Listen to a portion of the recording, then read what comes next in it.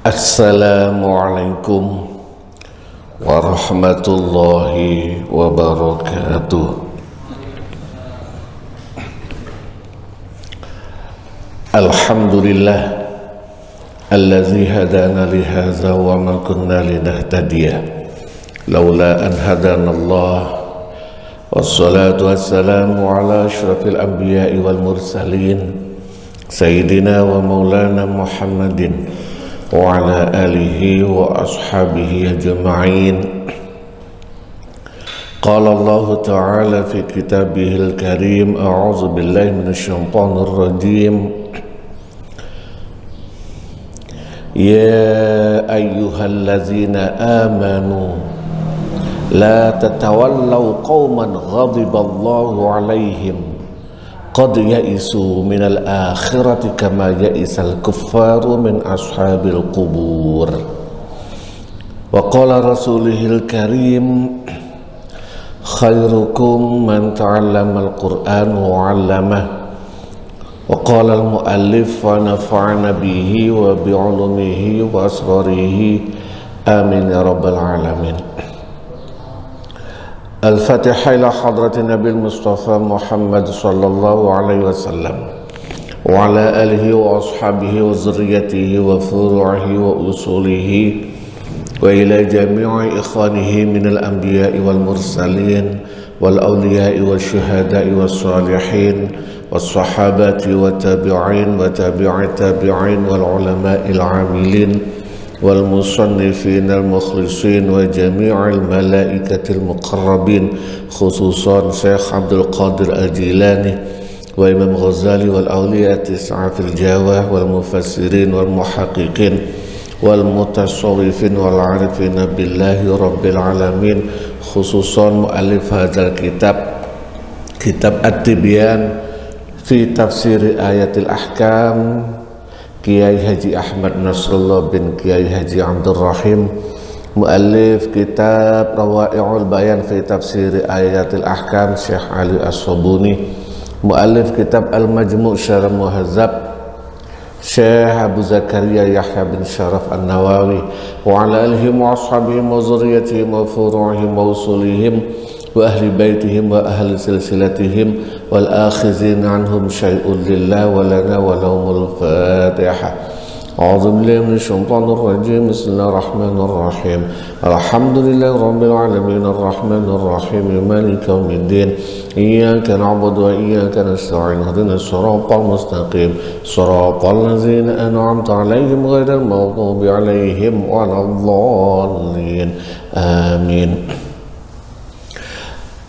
Bapak-bapak, saudara-saudara rahimakumullah, langsung mawon halaman 60 Al-Muhadharah Ats-Tsaminah, muhadharah yang ke-8. At-tazawuju, menikah, baina bukan baita, insyaallah la'ala shawab, bainal muslimina ing dalem antarane pira-pira wong Islam wal musyrikina lan wong kang musyrik. Pernikahan antara orang Islam dan orang muslim dan non muslim. Qala dawu sapa Allah taala, Gusti Allah taala, ya ayyuhallazina amanu idza ja'akumul mu'minatu muhajiratin famtahinuhun Allahu a'lamu bi imanihin. Al-ayah. Ya ayyuhallazina amanu, he pira-pira wong kang padha iman kabeh. Iza jaa, tetkalane teka kum ing sira kabeh sapa al mukminatu, pira-pira wadon kang iman, pira-pira wadon kang Islam, muhajiratin kang padha hijrah kabeh. Jika wahai orang beriman, jika datang kepada kalian perempuan-perempuan yang beriman yang hijrah, ini berarti kasus zaman Rasulullah hijrah dari Mekah ke Madinah. jika datang kepada kalian famtahinu mongko ngujiya sapa sira kabeh hunna ing mukminat. Ujilah, tetapi Allahu a'lamu, berarti diuji apa? Diuji keimanannya, diuji tendensi, alasan mereka datang untuk hijrah itu apa. Jika sudah menurut kalian benar, ya cukup. Gak perlu apakah benar-benar iman, apakah benar-benar jujur, gak perlu sampai segitu. Karena Allahu a'lamu bi imanihinna, Allahu utawi Gusti Allah iku a'lamu luwe ngerti bi imanihinna kelawan imane mukminat. Ini kasusnya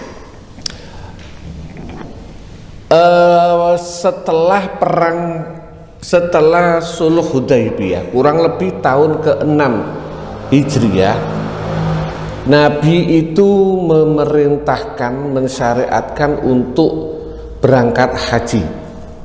6 Hijriah berangkat haji, mulai dari Madinah, termasuk Nabi masuk Zulhulaifah atau sekarang disebut dengan Abyar Ali, Bir Ali, mulailah ikhram.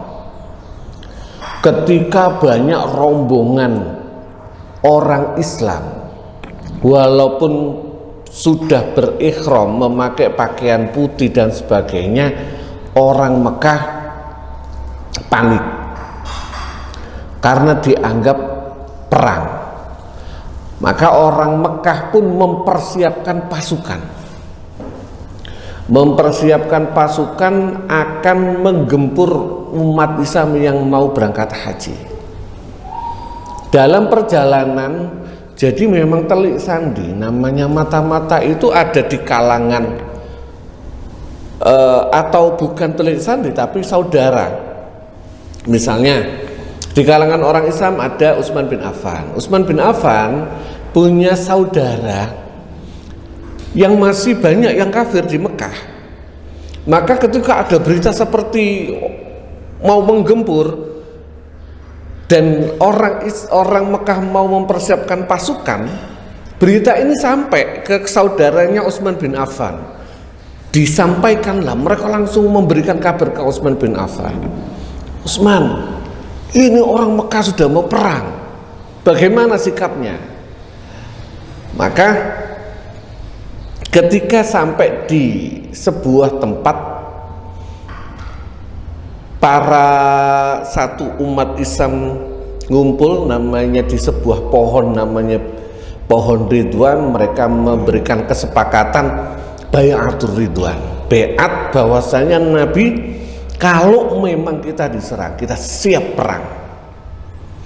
Satu sisi Nabi mengutus Utsman bin Affan untuk negosiasi. Berangkatlah Utsman bin Affan ke Mekah, meredam negosiasi. Akhirnya datanglah mereka ke Hudaybiyah. Ketemu di Hudaybiyah, terjadilah perjanjian Hudaybiyah, Sulh Hudaybiyah. Nah, di antara salah satu poin di perjanjian Hudaybiyah adalah jika ada orang dari Mekah yang beriman terus minta hijrah ke Madinah, maka Nabi dan orang Madinah wajib menolaknya. Jika orang Mekah hijrah ke Madinah, berarti beriman hijrah ke Madinah, maka Nabi dan orang Muslim yang ada di Madinah wajib menolaknya. Sebaliknya, jika ada orang Madinah, orang Islam yang murtad lalu pindah ke Mekah, maka orang Madinah tidak wajib, orang Mekah tidak wajib menolaknya.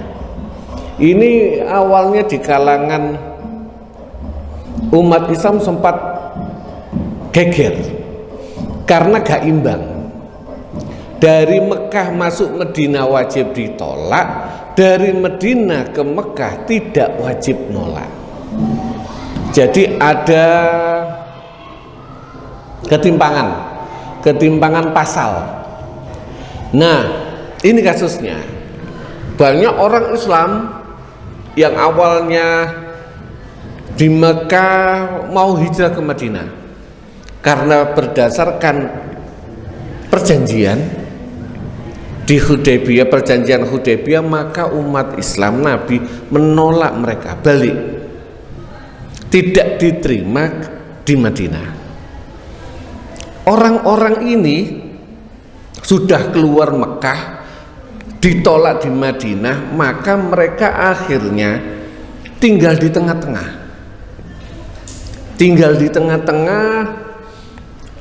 Yang lama-kelamaan mereka mengganggu stabilitas orang Mekah. Jadi orang Mekah itu kan punya kebiasaan dagang. Dari Mekah ke Syam itu biasanya melewati rute sekitar Madinah. Ini diganggu, dirampas, diperangi. Itu kalau laki-laki. Nah, ternyata di antara mereka ada yang perempuan. Kalau berdasarkan perjanjian Hudaybiyah, siapapun laki-laki atau perempuan wajib dibalik, wajib ditolak. Tapi karena datang perempuan, ini bingung. Kasusnya Nabi itu biar lewat dulu. Bapak Ibu sekalian juga akan mendapatkan door prize yang lebih banyak di acara semalam Pilar Muhammadiyah 103. Di acara kali ini juga diramaikan dengan bahasa Pilar yang terdiri atas. Jadi umat Islam Nabi itu buah si malakama. Ini perempuan. Kalau laki-laki oke, ditolak. Ini perempuan. Kalau ditolak perempuan, dengan segala keterbatasannya, jika mereka terlantar di gurun pasir, bingung. Gak ditolak, Nabi menyalahi aturan, menyalahi pasal yang ada di perjanjian Hudaybiyah. Lalu turunlah ayat ini, diambil tengah-tengah. Allah memberikan oke, terima, tapi mereka harus dites. Mereka datang ke Madinah ini karena Allah dan Rasulnya atau karena faktor lain? Karena banyak di kalangan wanita-wanita yang ada di Mekah itu kalau geger ambek bojone, wes aku tak hijrah wae nang Mekah, nang Madinah, ketemu Rasulullah. Jadi apa ya, bahasa jadi senjata. Nek geger ambek bojone, wes pore pindah nang Madinah, itu umum. Maka sebelum mereka masuk ke Madinah diterima, akhirnya Islam, perintah Allah, mereka harus diterima, tapi harus dites. Masuknya itu karena Allah dan Rasulnya atau karena faktor lain, karena faktor gak wau dan sebagainya. Famtahinuhunna. Ini kasus, kalau ada beberapa ahli tafsir yang mengatakan kasus ini memang terjadi setelah, karena ada kasus. Kenapa harus diuji? Karena logikanya ada orang mukmin datang ke kita, ya diterima aja. Kenapa harus diuji? Karena kita sudah ada perjanjian. Ini mungkin juga sebagai solusi kita umat Islam. Namanya umat Islam pasti suatu saat akan menghadapi masalah dilema seperti itu. Satu ini, dua ini. Maka tetap diambil solusi tengah-tengah, diterima tapi harus berdasarkan tes. Itu solusi yang diberikan sama Allah. Famtahinuhunna. Dan tesnya cuma berdasarkan dohir, ketokane. Masalah apakah mereka benar-benar karena cinta kepada Allah, dan itu urusannya Allah, bukan urusan kita. Fa in alimtumuhun, fa in alimtumu mongko lamun ngawruhi sapa sira kabeh hunna ing mukminat, hunna ing mukminat, mukminatin ingkang padha iman kabeh, fala tarji'uhunna, fala tarji'u mongko aja mulihno sapa sira kabeh hunna ing mukminat ilal kufari maring wong kang kafir. Jika kalian tahu berdasarkan keyakinan kalian setelah dites kok wong wedok iku iman, maka jangan kembalikan kepada orang-orang kafir. Ini ada kasus. Dulu pernah di pondok, zaman saya mondok, ada santri itu mu'alaf, diminta begitu mu'alaf larilah ke pondok. Orang tuanya minta dikembalikan ke keluarganya. Ini kan kurang lebih sama, konteksnya itu sama.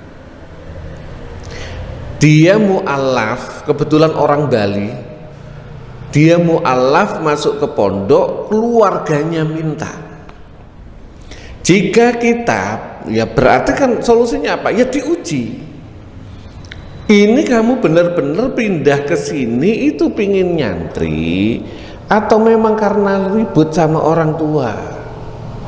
Kalau memang pingin nyantri dan yakin kita berdasarkan analisa kita dia benar-benar beriman, maka jangan kembalikan, trimon dengan berdasarkan resiko, dengan segala resiko. Kalau misalnya harus lewat pengadilan, ya lewat pengadilan dulu.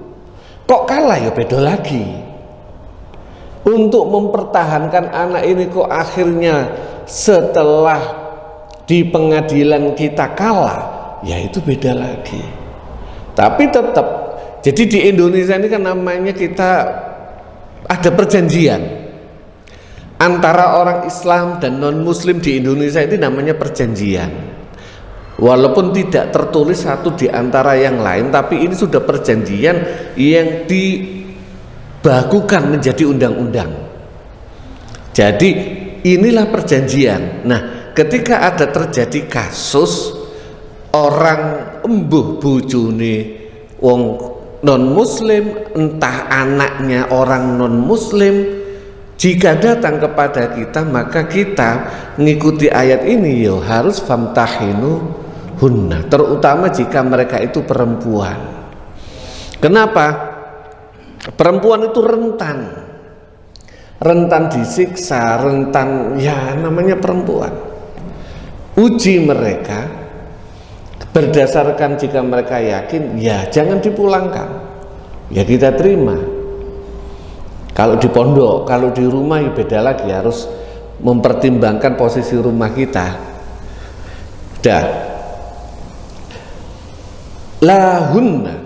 Lahunna ora ono utawi mukminat iku hillun halal lahum maring kufar, walahum lan ora ono utawi kufar iku yahilluna halal sapa kufar lahunna maring mukminat. Kenapa tidak boleh dikembalikan? Karena orang mukminat yang beriman ini tidak halal kepada orang kafir. Begitu juga orang kafir tidak halal terhadap mukminat, maka tidak boleh dikembalikan. Wa atu lan padha maringono sapa sira kabeh hum ing kufar ma ing barang anfaku kang wis memberikan nafkah sapa kufar. Wala junahalan ora ana dosa iku maujud alaikum ing ngatasé sira kabeh, ora ana dosa antangkiku ing yen to nikah sapa sira kabeh hunna ing mukminat, ora dosa nikah iza ataitumu hunna tatkalane maringi sapa sira kabeh hunna ing mukminat ujurahunna ing pira-pira mahare mukminat. Mereka orang kafir tidak halal menikahi orang Islam. Orang Islam tidak halal menikahi orang kafir. Bahasa sekarang orang non muslim tidak boleh menikahi dengan orang muslim tidak boleh menikahi dengan orang non muslim.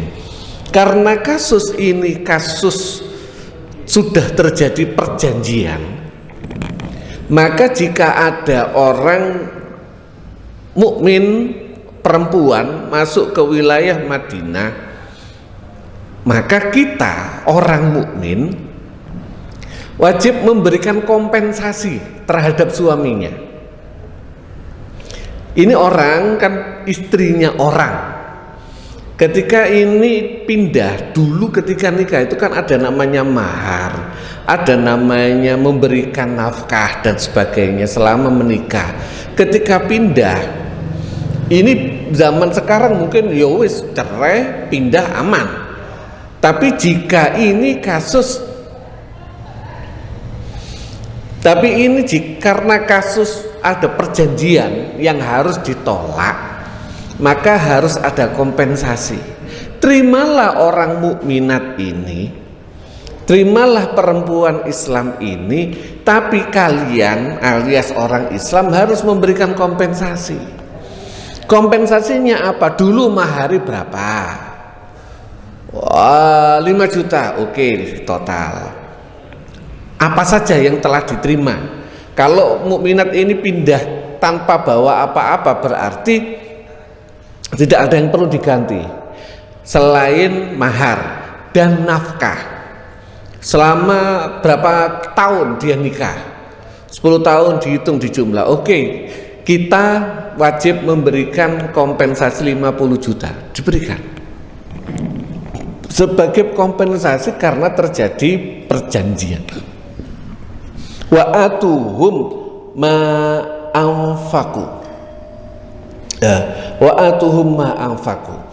Setelah mereka masuk, setelah kita memberikan kompensasi, deal, boleh mereka yang hijrah ini dinikahi oleh orang Islam. Makanya zaman dulu gak aneh para sahabat itu menikah rata-rata min 4. Kenapa? Kebutuhan.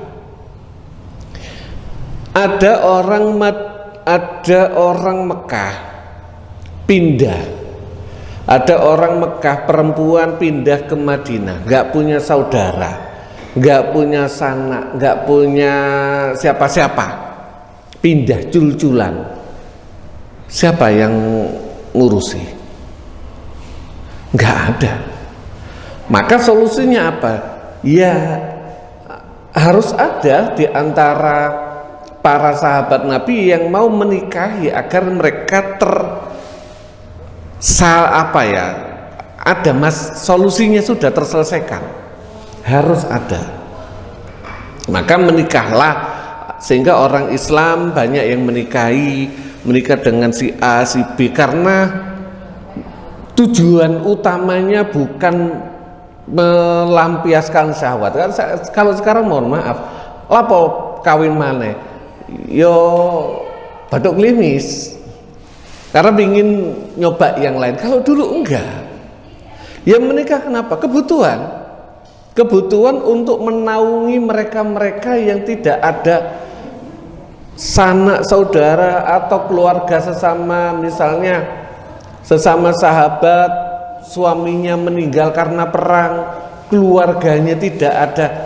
Ini beda loh sama orang, ini kasus di perantauan. Kalau kita di sini misalnya ketika ada saudara yang laki-laki meninggal, itu yang ngopeni banyak, punya saudara, punya keluarga, punya ayahnya masih ada, warisan masih ada, gak nikah mana itu masih aman. Tapi jika di perantauan ini beda lagi. Beda lagi. Di perantauan ada ibu-ibu umur 50 tahun gak punya saudara, anaknya masih kecil-kecil. Sopo sing ngopeni? Apalagi masih permulaan Islam, maka ya solusinya dinikahi oleh orang Islam agar melindungi. Tujuan utamanya kenapa ta'aduduz zaujat, di antaranya salah satunya dulu itu melindungi keluarga-keluarga yang terbengkalai seperti itu karena perang dan sebagainya. Habis itu boleh dinikahi jika kalian membayar maharnya. Wala tumsiku bi'isamil kawafiri, wala tumsiku lan ojo padha nyekeli sapa sira kabeh bi'isamil kawafiri kelawan pira-pira pernikahan melawan pernikahan dengan orang kafir. Jangan kalian pegangi pernikahan. Isam itu kan ngerekso, tali. Nah, tali itu sama dengan pernikahan. Ini bahasa Al-Quran yang mendesain bahwasanya istri-istri kalian yang masih kafir jangan dipertahankan, bahasa kasarnya. Jangan pertahankan istri-istri kalian yang masih kafir. Ini kalau nggak salah, jadi sebelum ayat ini tadi dibahas, ayat ini turun setelah perjanjian Hudaybiyah, berarti tahun ke-6 Hijriah.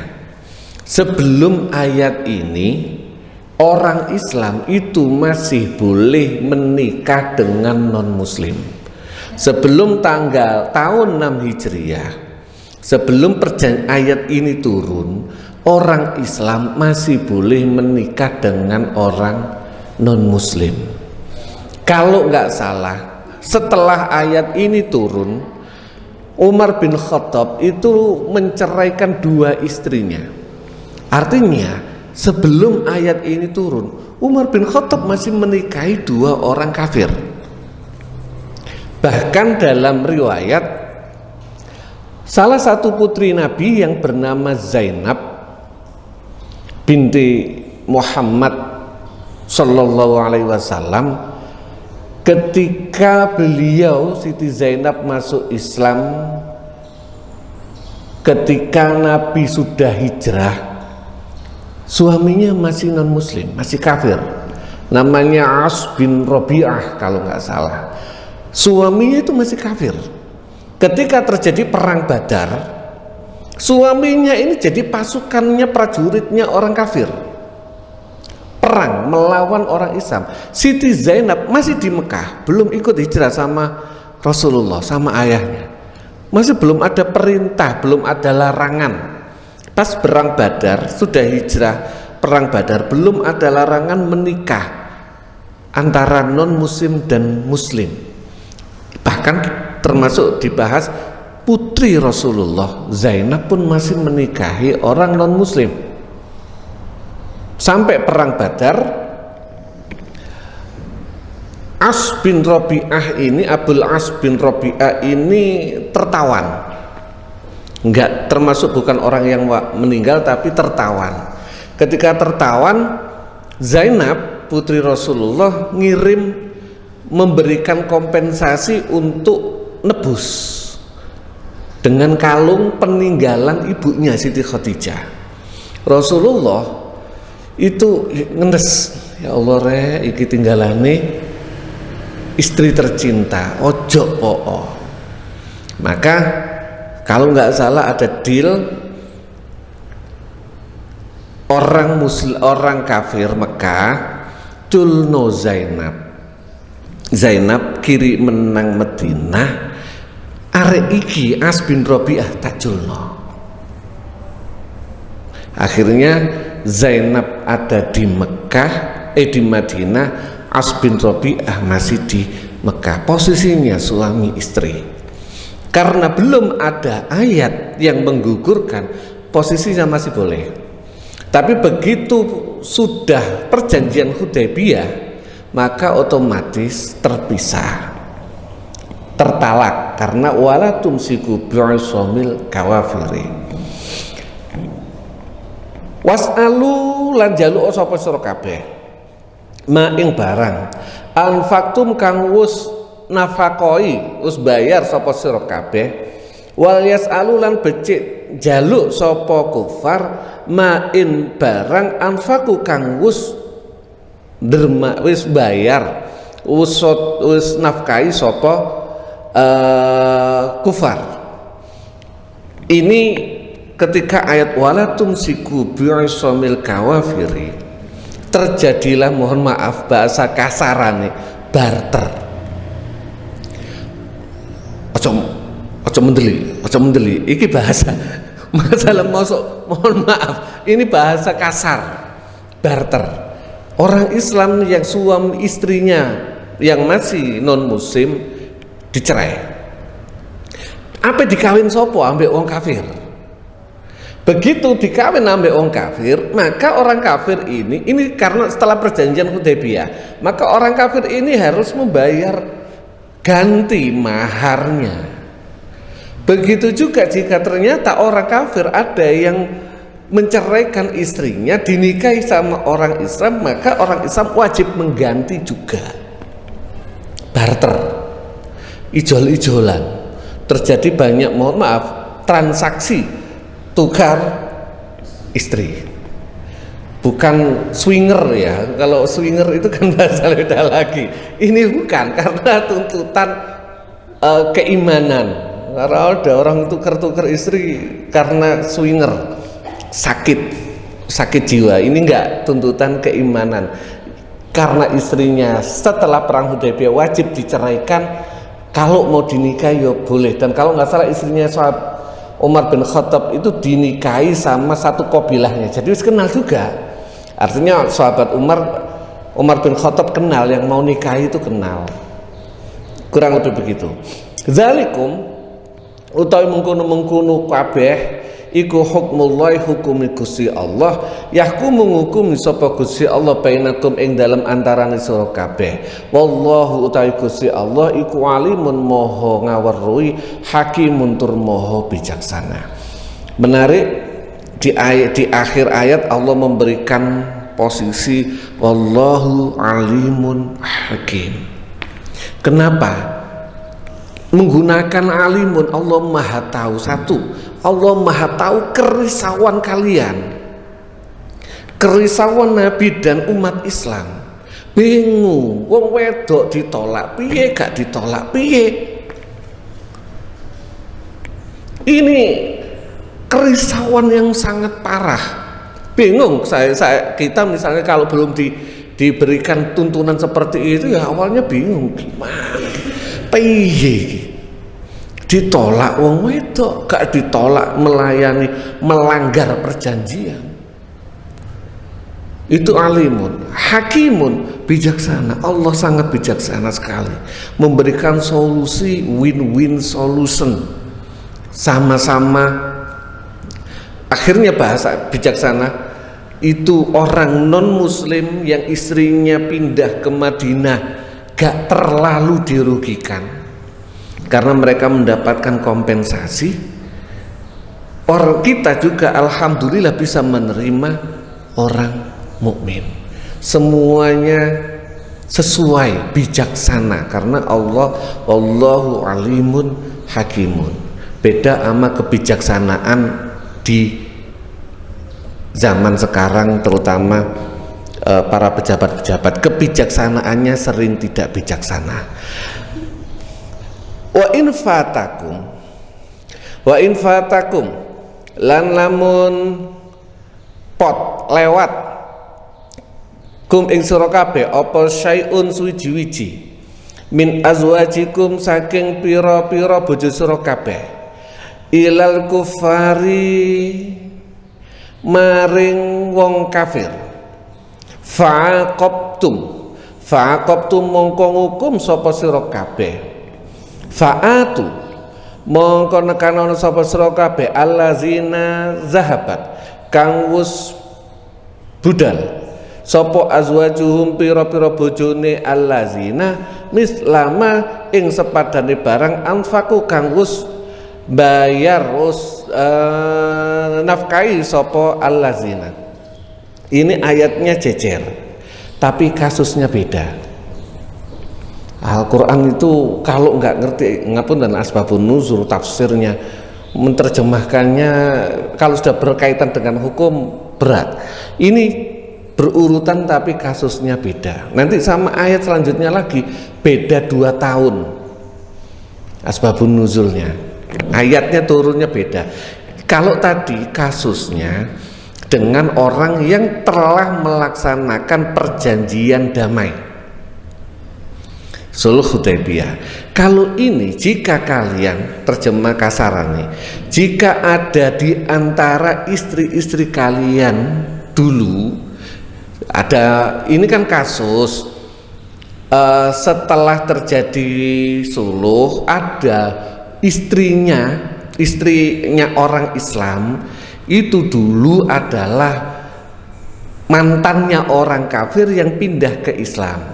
Nah, dia belum memberikan kompensasi. Ketika belum memberikan kompensasi, terjadilah perang Badar, perang Uhud, perang Khandaq dan sebagainya. Kemudian orang Islam menang, fa'aqabtum, maka orang Islam menang sehingga mendapatkan ghanimah, mendapatkan harta rampasan, mendapatkan tebusan. Jika itu terjadi fa'aqabtum fa'atu, maka fa'atul lazina zahabat azwajuhum mislama anfaku, maka berilah mereka yang sudah membayar. Ini istri mereka kan pindah ke kita toh, pindah ke kita terima, kebetulan orang kita nggak punya duit, pernah ada dana yang diambil dari ghanimah perang fa'aqabtum, karena kita udah pernah perang, ghanimah itu jatahnya dibagi 1/5, dibagi 5/1 kepada Rasulullah, 1/5 kepada siapa. Ini ghanimah, beda sama fai itu harta fai. Ada perang, ketika terjadi perang ada yang namanya ghanimah, ada yang namanya harta fai. Fai itu jika saya perang lawan orang kafir, tak tembak dor mati, maka semua yang ada di dalam badannya, mulai arloji, ATM, rekening bank, kalau zaman sekarang itu milik saya, itu fai. Tapi jika habis perang ternyata ada tank, kita menang, ada tank, ada gudang, ada rumah, itu namanya ghanimah. Dibagi 5, seingat saya, apa saja saya lupa. Di antaranya 1/5 kepada Rasulullah, yang biasanya sama Rasulullah dibagi lagi, termasuk 1/5 lagi kepada sahabat, orang fuqara wal masakin, 1/5 lagi dibagi di antara pasukan dan sebagainya. Dibagi 5, seingat saya, khumus, namanya khumus, itu ghanimah. Nah, jika mereka ini, kita sudah punya ghanimah, harta rampasan, dibayarkan dari ghanimah ini, bukan dibayarkan dari uang pribadi. Beda sama mahar, nanti mahar dibayar lagi tapi dari uang pribadi. Wattaqullah, wattaqulan medya sapa sira kabeh Allah ing Gusti Allah, allazi antum kang utawi sira kabeh bihi kelawan Allah iku mukminuna padha iman kabeh. Hati-hati bahasa kasarane, hati-hati dengan kasus ini. Yang hati-hati bertakwalah, takutlah kepada Allah yang kalian semua beriman kepadanya.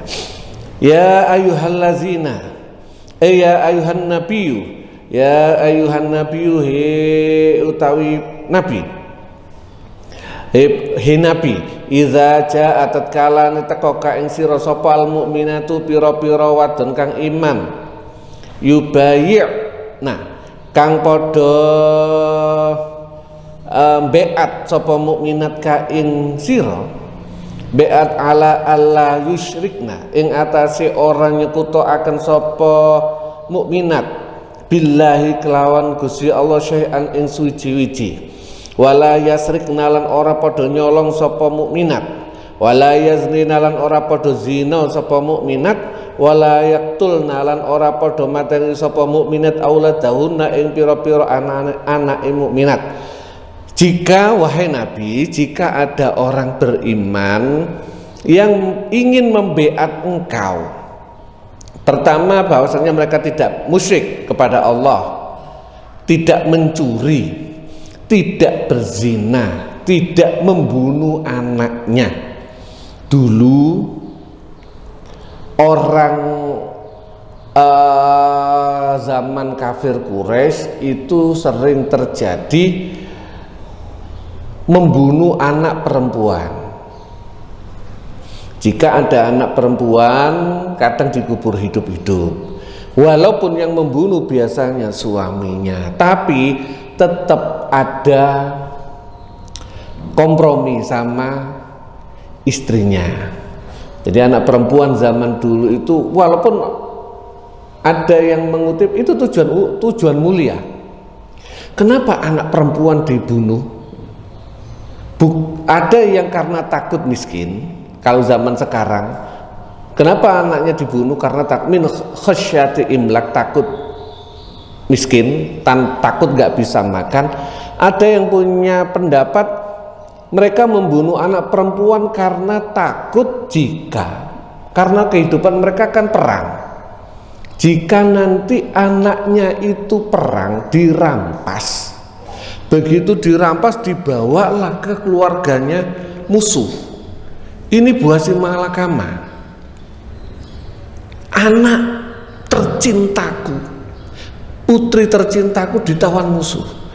Pernah kejadian zaman dulu, ini begitu ditawan musuh, dinikahi, ternyata anak perempuan ini lebih cinta keluarga suaminya daripada keluarga orang tuanya, sehingga membuat keluarga bapak itu ketika mempunyai anak, timbang anakku nanti dadi durhaka melawan keluarganya dhisik tak pateni. Itu terjadi kenapa orang-orang kafir Quraisy banyak yang membunuh anak perempuannya.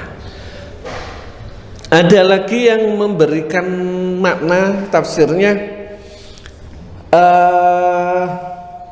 membunuh anaknya ini kadang terjadi, mohon maaf, perselingkuhan dengan laki-laki lain.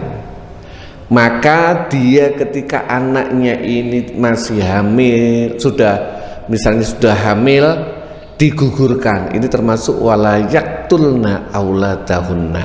Kenapa konteksnya tertentu terhadap perempuan? Beat terhadap perempuan lebih cenderung ketika mereka menggugurkan anak yang bukan anak suaminya. Gitu, wala yaqtulna auladahunna. Ini dalam tafsir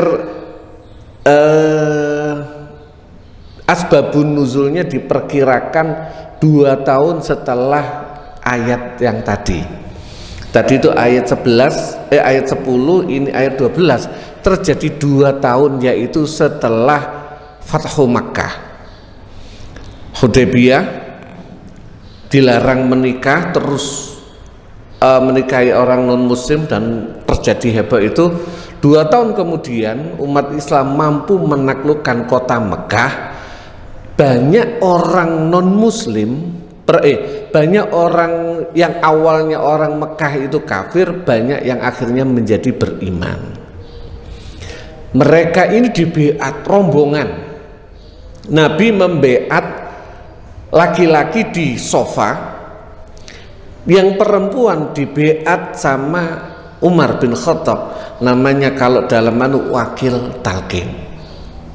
Jadi dibeat sama Umar bin Khattab, Nabi membeat laki-laki. Di antara orang yang membeat itu, yang sedang dibeat adalah Hindun binti Utbah bin Rabi'ah. Hindun ini istrinya Abu Sufyan. Abu Sufyan termasuk perempuan yang memberikan sayembara untuk membunuh Hamzah. Hamzah paman Rasulullah di perang Badar itu membunuh Utbah bin Rabi'ah. Hindun anaknya dendam. Aku sumpah bahasa nulis, jika perang selanjutnya aku ingin memakan jantungnya Hamzah. Maka Hindun ini memberikan perintah mandat khusus terhadap seorang budak yang namanya Wahsy. Wahsy, jika kamu bisa membunuh Hamzah, maka tak merdekakan kamu dan diberikan beberapa hadiah. Maka setelah ada peristiwa itu, Wahsy latihan melempar tombak. Pas perang Uhud, Wahsy nggak ikut perang. Wahsy hanya mengincar lengahnya Hamzah, begitu lengah karena dia setiap hari latihan tombak, langsung ditombaklah Hamzah sehingga wafat. Hindun membelah perutnya Hamzah, diambil jantungnya, konon dimakan karena dendam ayahnya dibunuh. Ketika beat ini, Hindun itu takut, gak pingin.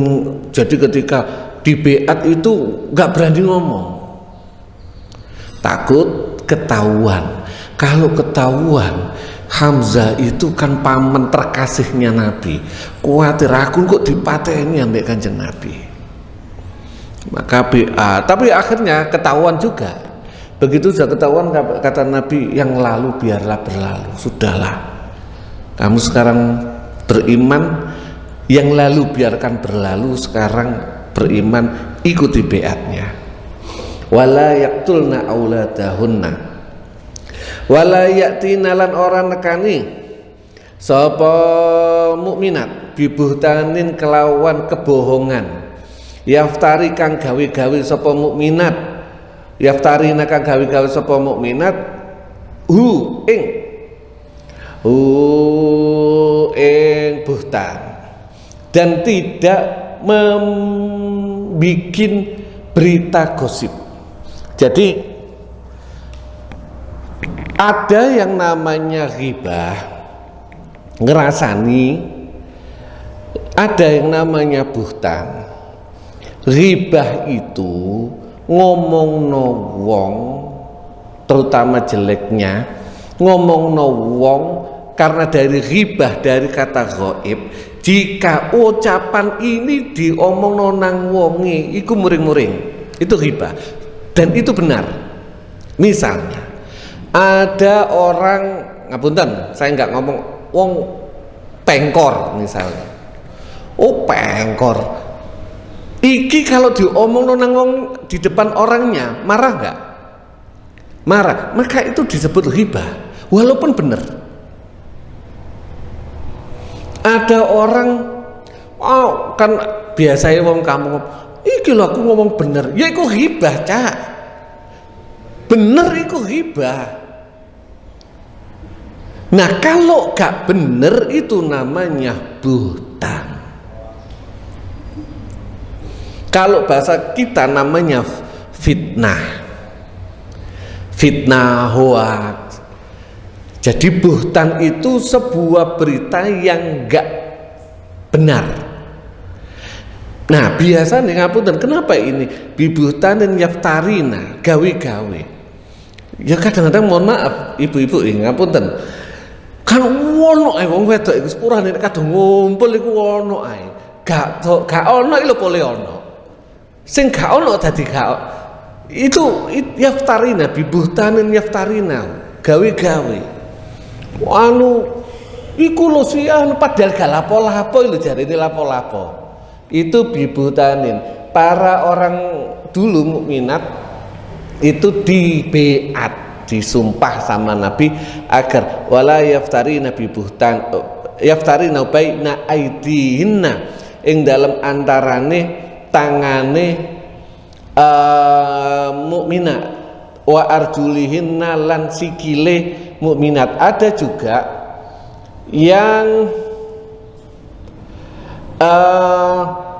yang memberikan makna, kadang ada perempuan ini zaman dulu itu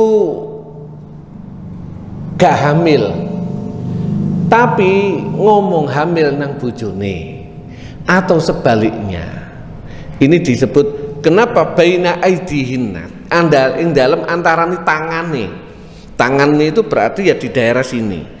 Kadang dulu itu anak perempuan misalnya dia melahirkan iki anake wong liya terus diakoni anake bojone, maka aidihina tangannya, wa arjulina lan ing dalem antarane sikile. Nah antarane sikile iku apa? Ya paham lah panjenengan. Wala yasina lan ora maksiat sapa mukminat ka ing sira Muhammad fi ma'rufin ing dalam perkara kang apik.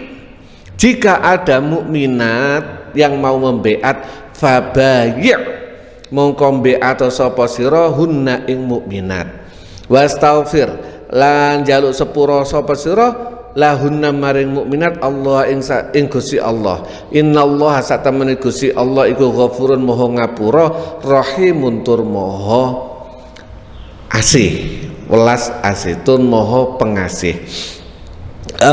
Jika ada orang minta dibeat-beatlah. Dalam beberapa riwayat di tafsir Ibnu Katsir, Nabi itu membeat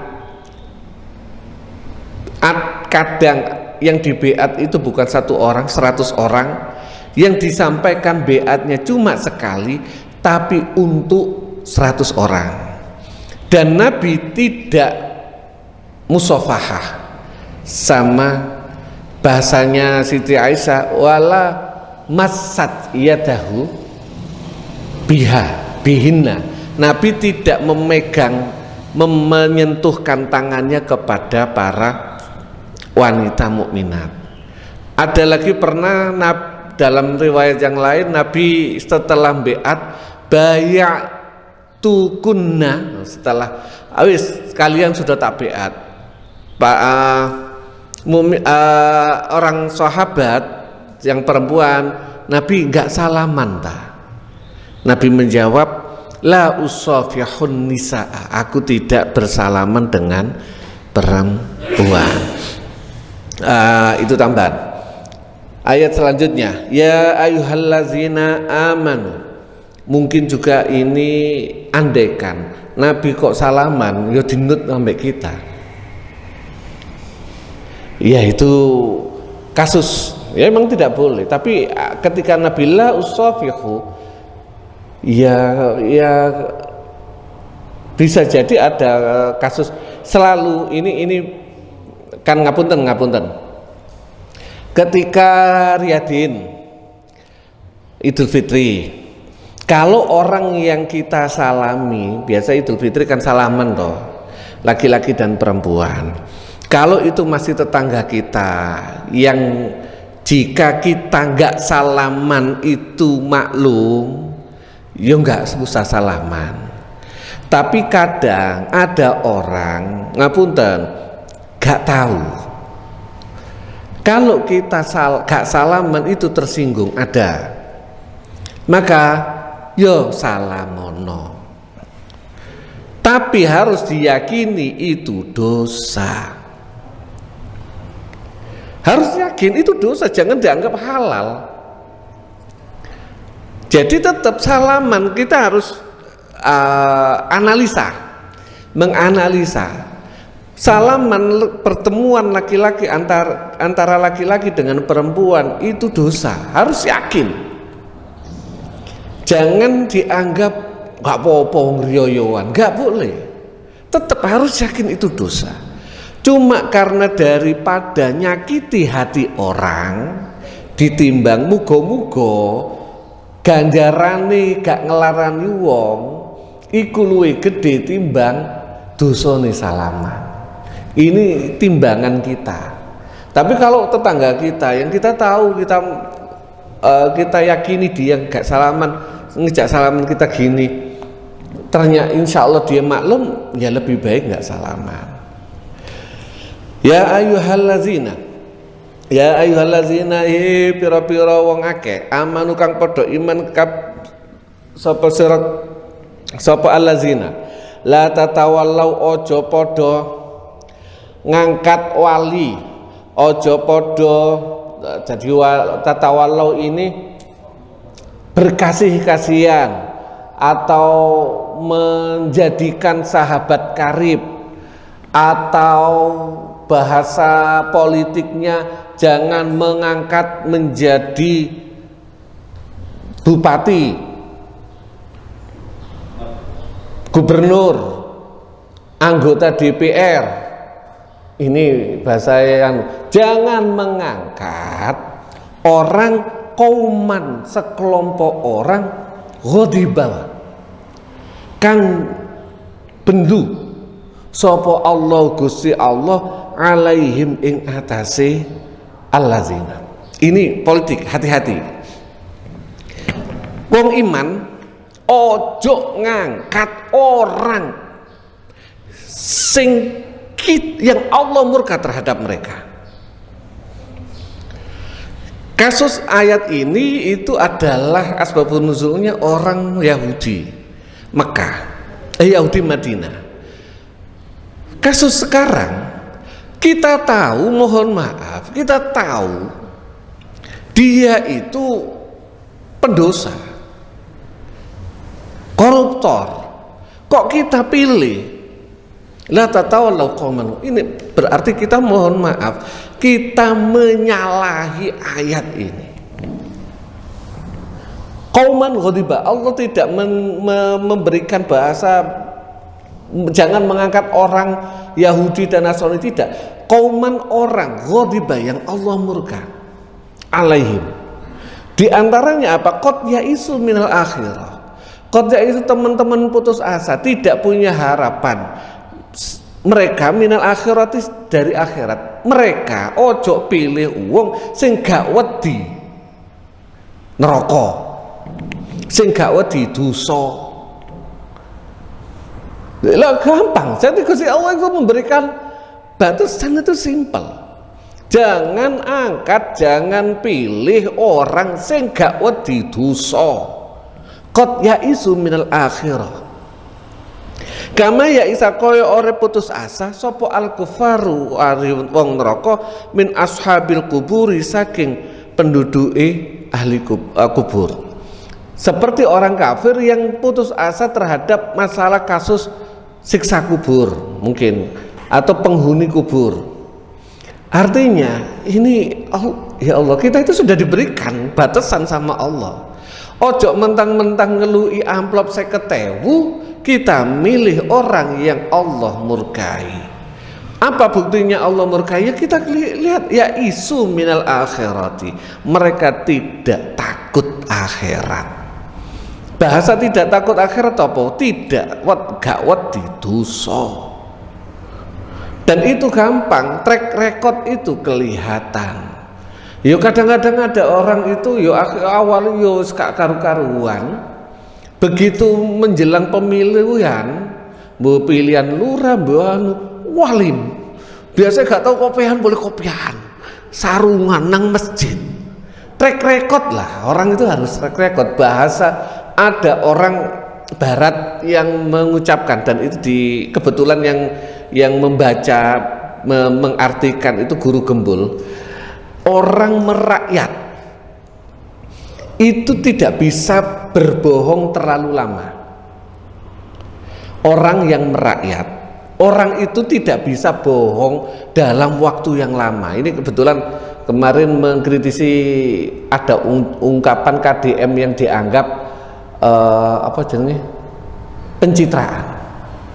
Orang berbuat baik, wong api, nek ancene api, iku gak iso goro suwe-suwe.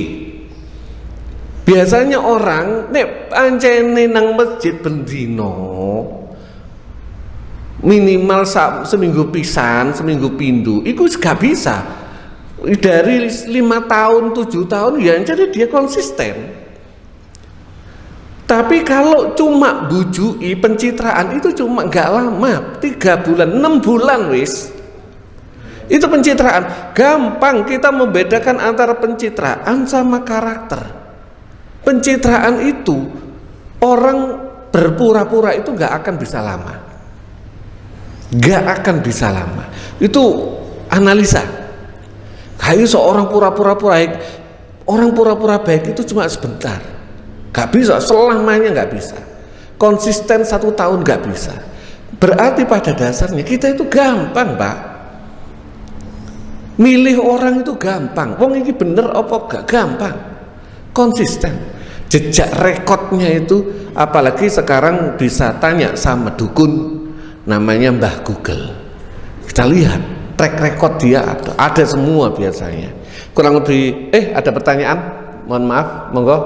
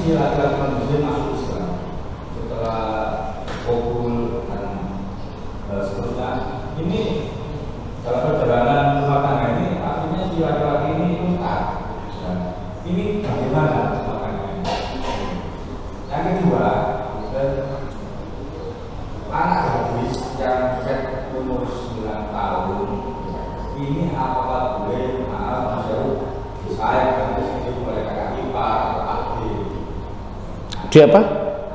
Yo, sayang. Kemungkinan Pak Dia atau kakak ipar ini nggak tahu kalau si keponakan ini juga saya apa ini dibutuhkan atau bagaimana. Terus yang ketiga nggak tahu soal penyakit memang sudah ketika perang zamannya Nabi kan, mulai kecil ngaji tentang perang para Nabi itu melawan orang musyrik atau orang murtad. Ini kebanyakan para sahabat pasukan yang mohon maaf. Ini apakah waktu ketika perang Rasul pernah membunuh? Ya, Rasul.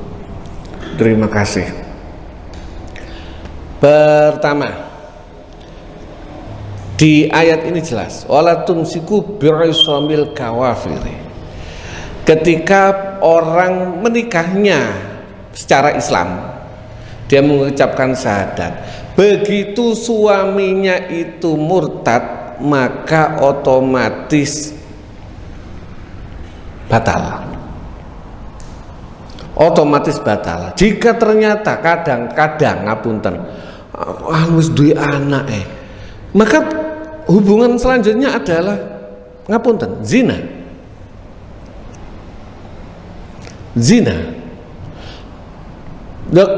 Terus statusnya, ya kadang-kadang mohon maaf kita itu kan gampang terbuai dengan masalah status, gak enak.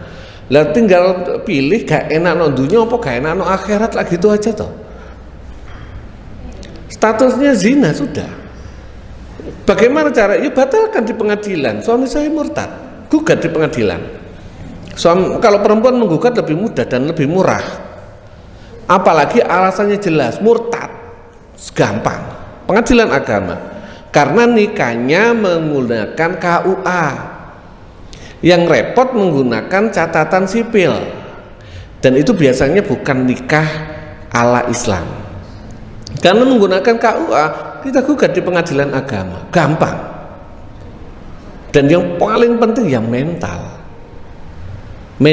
anaknya, mental orang tuanya. Mohon maaf, biasanya yang menikahi itu orang kaya, wis kadung nikah sudah terlanjur ketergantungan, ya ini bahaya juga. Maka ya kalau bisa wanita Islam itu carilah agamanya, apa namanya, far bidzatid ya, far bidzatid tarobat jada. Patokannya apa? Agama. Dan seperti tadi, iman, orang berbuat baik, orang beriman itu tidak bisa berpura-pura dalam waktu yang lama. Nah kalau Islam kait sadurunge akad kait Islam, wis berarti ngapunten wis goroh. Orang Islam itu gak bisa setengah tahun, saya masih ragu-ragu. Tapi kalau dia sudah 2 tahun Islam, ya memang murni dia mu'alaf. Gak bisa tiba-tiba langsung gara-gara cinta terus masuk Islam. Nanti begitu cintanya luntur, setelah 3 bulan luntur, balik mana? Ya orang masuk Islam karena apa ya? Karena keyakinan.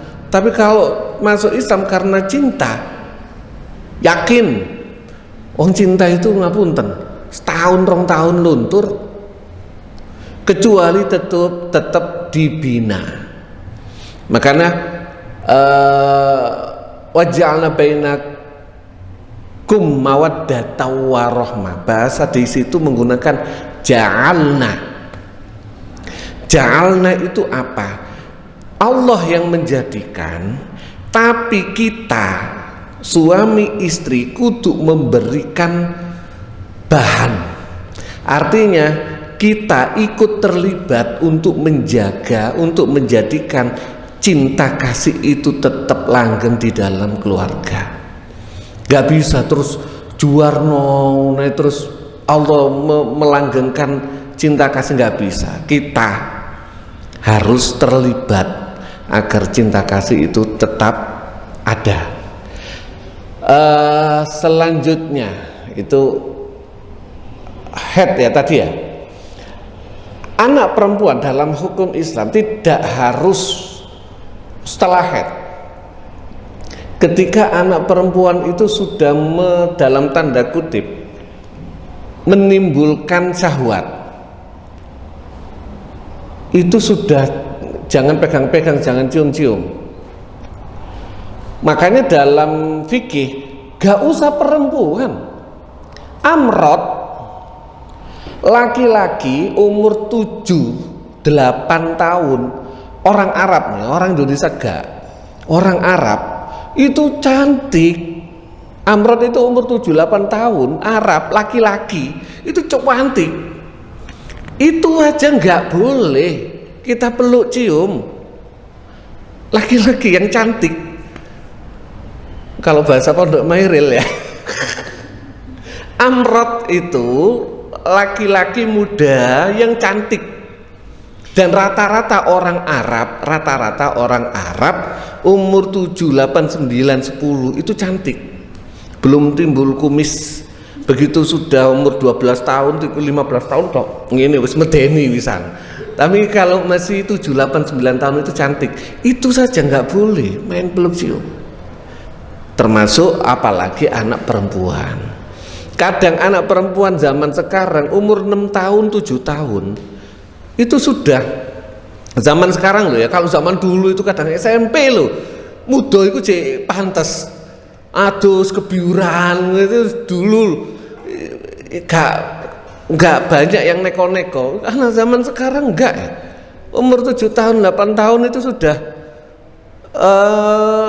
Gitulah, yang nggak boleh, sudah nggak boleh, nggak harus nunggu haid, nggak harus. Yang ketiga soal perang, setahu saya, wallah nanti mungkinan Nabi itu tidak pernah membunuh, setahu saya. Tapi perang terus karena beliau memimpin pimpinan, jadi beliau selalu hadir. Ya zaman sekarang lah, ngapunten, sama tanya jenderal sekelas SBY, Susilo Bambang Yudhoyono, pernahkah dia bunuh? Atau Panglima Sudirman, gak pernah bunuh. Panglima Sudirman, setahu saya tidak pernah bunuh. Bahkan beliau bukan militer asalnya. Panglima itu tidak pernah berlumuran darah, walaupun selalu hadir dalam pertempuran. Kurang lebih ngoten. Insyaallah setahu saya Nabi tidak pernah membunuh orang. Gak sengaja. Ya, monggo.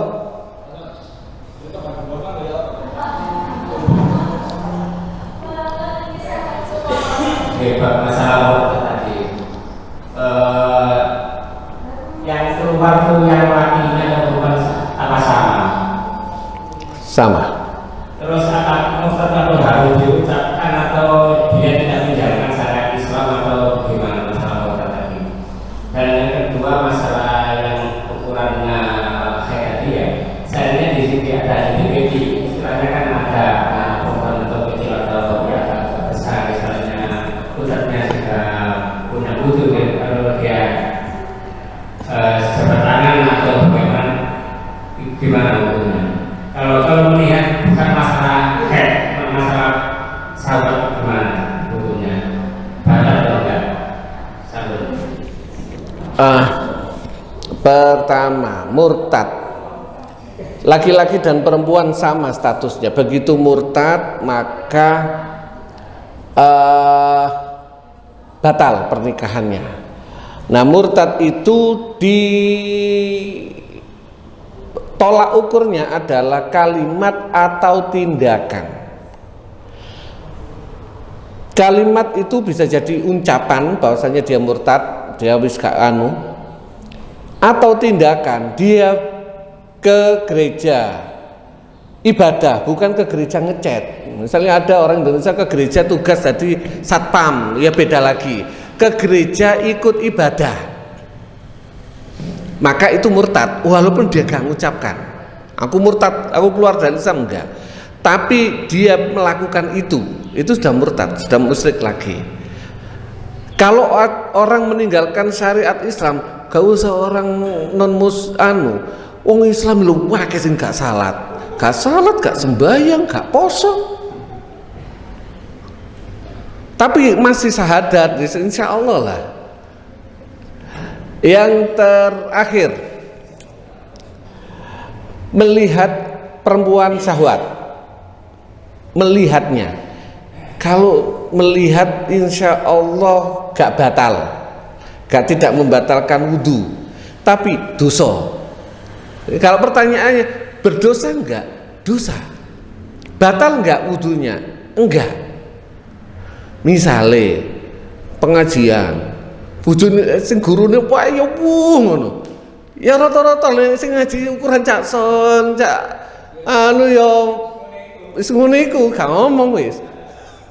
Tapi melihatnya syahwat gak syahwat, kita harus yakin, harus punya kesadaran melihat wanita kumpul.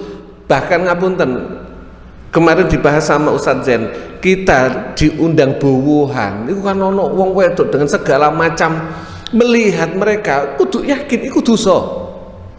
Gak boleh gak yakin, gak apa-apa iki walimahan iki buat, enggak, tetap yakin melihat wanita lain di luar yang disyariatkan, di luar aurat wanita lain, ini kita harus yakin itu dosa. Harus yakin. Apa mana pas lagi apa elek tun, pas elek tun, nah ini pasti kan pakaianin nauzubillah, didelok piye gak didelok mubazir. Terlepas dari itu harus yakin itu dosa. Kalau masalah bukan yang itunya, baca tangannya. Untuk anak yang kecil bisa belum balik istilahnya. Kalau dengan sama lain jadinya atau bukannya atau usahanya gimana hukumnya? Kalau menjadi patokan yang menimbulkan syahwat tadi, ukurannya gimana? Ukurannya rata-rata ya standar yang sudah menimbulkan syahwat ya batal. Ada bahkan ada batasan mazhab Syafi'i yang kental, batal wis. Menimbulkan syahwat gak menimbulkan syahwat, batal persentuhan antara laki-laki dan perempuan ajnabi. Itu batal. Anak kecil ini menimbulkan syahwat kecuali kalau kecil banget juga. Tapi kalau ya itu batal. Ambillah, kenapa mazhab Syafi'i? Ambillah ini bahasanya kita mengambil pendapat yang paling hati-hati, ya batal, ya tinggal wudhu gitu aja. Lah ketika mereka haid masuk ke masjid ngaji TPQ, ya sebenarnya kita sudah bahas juga, ya haram. Tapi karena itu untuk belajar, haram nggak masuk masjid untuk pas ngaji? Haram. Tapi untuk belajar insya Allah ganjaran yang ngaji luwih gede timbang dosane. Wis enak gitu ae, gak usah kok haram mergo ngaji itu tambah dawa. Wis haram, tapi insya Allah ganjaran yang ngaji lebih besar daripada dosane. Dan bisa jadi dimaafu ambek Gusti Allah. Kan gitu. Pun monggo. Siap.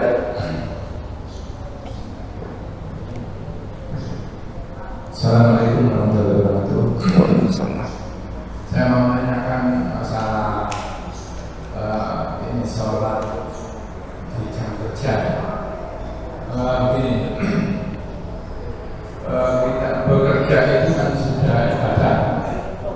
Maksud saya kerja yang ini ya, yang ada ikatan di suatu instansi, misalkan pabrik atau apa gitu yang biasanya 8 jam, 1 jam istirahat, 7 jam kerja.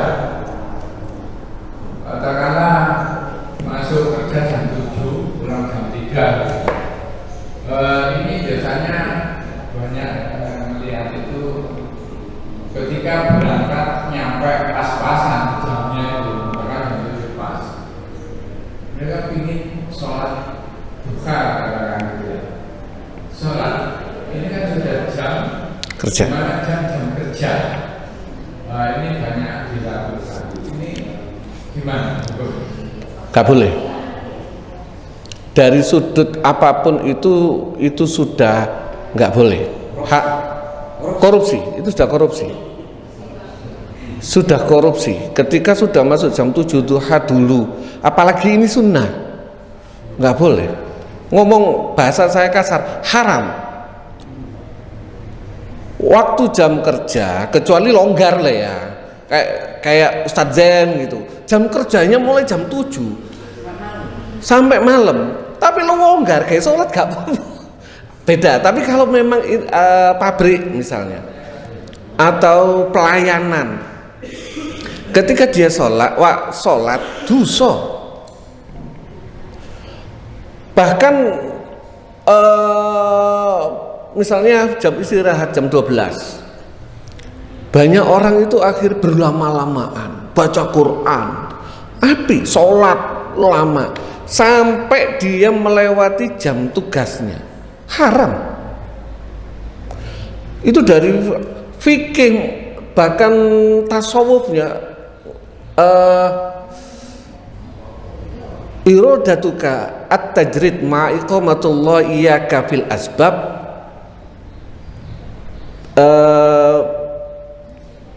bahwasanya orang yang ingin ibadah, ngomongnya tajrid, padahal Allah memposisikan dirimu di makom asbab, di makom kerja, maka termasuk buta mata hati. Ini dicontohkan kalau Dr. Said Ramadan Budi, jangankan itu, sekelas orang ibadah haji, dia itu bertugas jadi dokter atau jadi ketua kloter, berlama-lamaan di masjid ngaji, maca, gak ngurusi jamaah, itu termasuk buta min ronatin nafsar kalau nggak salah. Nggak boleh. Dokter ketika ada tugas kedokteran, jadi ke dokter kloter atau jadi dokter sektor, dia berlama-lamaan di masjid ibadah, dosa, haram, tidak imbang, karena dia kena makom asbab. Walaupun berat mana? Ya berat, korupsi itu sudah, korupsi waktu, nggak boleh. Kurang lebih ngoten. Oh iya, terima kasih. Ini kalau di waktu tempat kerja saya dulu itu beberapa bagian banyak itu kan membuat banyak musola juga gitu. Jadi saya ketika kebetulan kerjanya yang agak keliling gitu ya, jam segini ya juga banyak yang memang kalau dilihat lain kan sholat, cuma di jam-jam kerja beberapa tempat itu banyak sekali gitu. Tapi ini tugas siapa untuk pemahaman yang semacam ini? Padahal banyak pengajian di sana sini, tetapi pemahaman hal-hal yang tentang hukum yang semacam ini penerapannya banyak yang salah gitu. Jadi dari sisi mana mungkin dari Pak Ustadz untuk bisa mengembangkan hal ini gitu. Kan kasihan kalau kita ingin baik ternyata justru dosa. Justru salah. Sebenarnya sudah dijelaskan, banyak ustadz, banyak syekh sudah banyak menjelaskan. Cuma kadang-kadang mohon maaf, itu termasuk apa ya, hawa nafsu itu, hawa nafsu. Mohon maaf, nggih ngapunten, orang kadang tujuannya itu pingin ngadem, pingin itu hawa nafsu semua, bukan karena Allah. Sudah bukan karena Allah. Salat akhirnya ngapunten, tugas yang harus diyakini bahwasanya bekerja, jika kita niati lillahi ta'ala, itu bisa jadi kualitas ganjaran pahalanya bisa lebih baik dibandingkan nyolong untuk sholat duha atau untuk sholat atau untuk baca Quran. Itu lebih jauh lebih baik. Dalam beberapa kasus pernah sahabat itu setelah perang Tabuk kalau nggak salah melewati orang laki-laki kuat, sangat kuat, tetapi dia nggak ikut perang, kerja untuk menafkahi ibunya yang sudah tua. Saya lupa, kalau nggak salah ibunya yang sudah tua. Banyak diantara ada beberapa sahabat yang berkomentar miring, walaupun nggak nyinyir. Kalau orang sekarang kan nyinyir. Para sahabat itu, gila tangannya rek, jika dia ikut perang, masya Allah. Bahasa sahabat, bahasa kita, waduh rek, kelem perang ya, nyinyir. Karena para sahabat enggak. Para sahabat itu, ini kalau ikut perang, keren. Nah itu sahabat. Nabi berkomentar, dia bekerja untuk menutupi kebutuhan keluarganya, terutama banyak yang fakir, itu lebih baik dibandingkan jihad. Karena kasus beliau ada keluarganya yang tidak bisa ditinggalkan, bahkan dalam riwayat dicium tangannya. Jadi ketika para sahabat, banyak sahabat yang merendahkan beliau dalam tanda kutip, menganggap rendah, Nabi mengangkat orang tersebut dengan salaman dicium tangannya. Kurang lebih begitu. Termasuk diantaranya Siti Fatimah. Siti Fatimah itu dicium tangannya karena Siti Fatimah itu bekerja. Jadi kalau nggak salah ini kasus tidak selalu ketemu Nabi cium tangan, bukan. Jadi kasus ketika Siti Fatimah putri Nabi, perincis kalau bahasa zaman sekarang, waktunya bagi-bagi budak nggak kebagian. Lu ini putri Nabi. Siti Fatimah dalam tanda kutip dibelani, kerja semua urusan rumah tangga, nyuci baju sampai tangannya kasar. Dicium tangannya sama Nabi. Kerjamu ngurusi ini lebih utama. Walaupun seharusnya posisi beliau sebagai putri Nabi harusnya dapat keistimewaan. 1 putri Nabi, 2 istri Sayyidina Ali, harusnya didulukan lah fasilitasnya. Tapi beliau enggak, justru gak kebagian. Zaman sekarang kan enggak, yang didulukan fasilitasnya, tidak. Nabi dan keluarganya selalu terakhir dan sering tidak kebagian. Nanti disempurnakan sama Ustaz Zen. Saking kula akhiri wabillahi taufiq wal hidayah wa ridha wal inayah. Wassalamualaikum warahmatullahi wabarakatuh.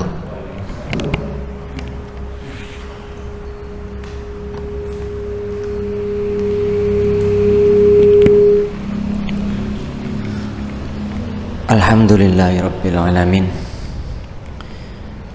Kita masih bisa istiqomah. Hadis Kanjeng Nabi, siapa yang dikehendaki baik oleh Allah maka faqih fiddin, dia dipandaikan agama oleh Allah. Kemudian ditafsiri apa maksud dikata pandai dalam arti memang fikih syariat. Kemudian kemana saya baca di komentarnya siapa itu? Plose itu? Gus apa? Gus Kausar. Beliau prihatin pengajian itu yang seharusnya majelis taklim ilmu, beliau memaknai tafakuh, nanti belajar syariat itu banyak yang tidak ke sana. Bahkan beliau mencontohkan pengajian kok isine fadail doai. Artinya mereka hanya bicara fadail, tapi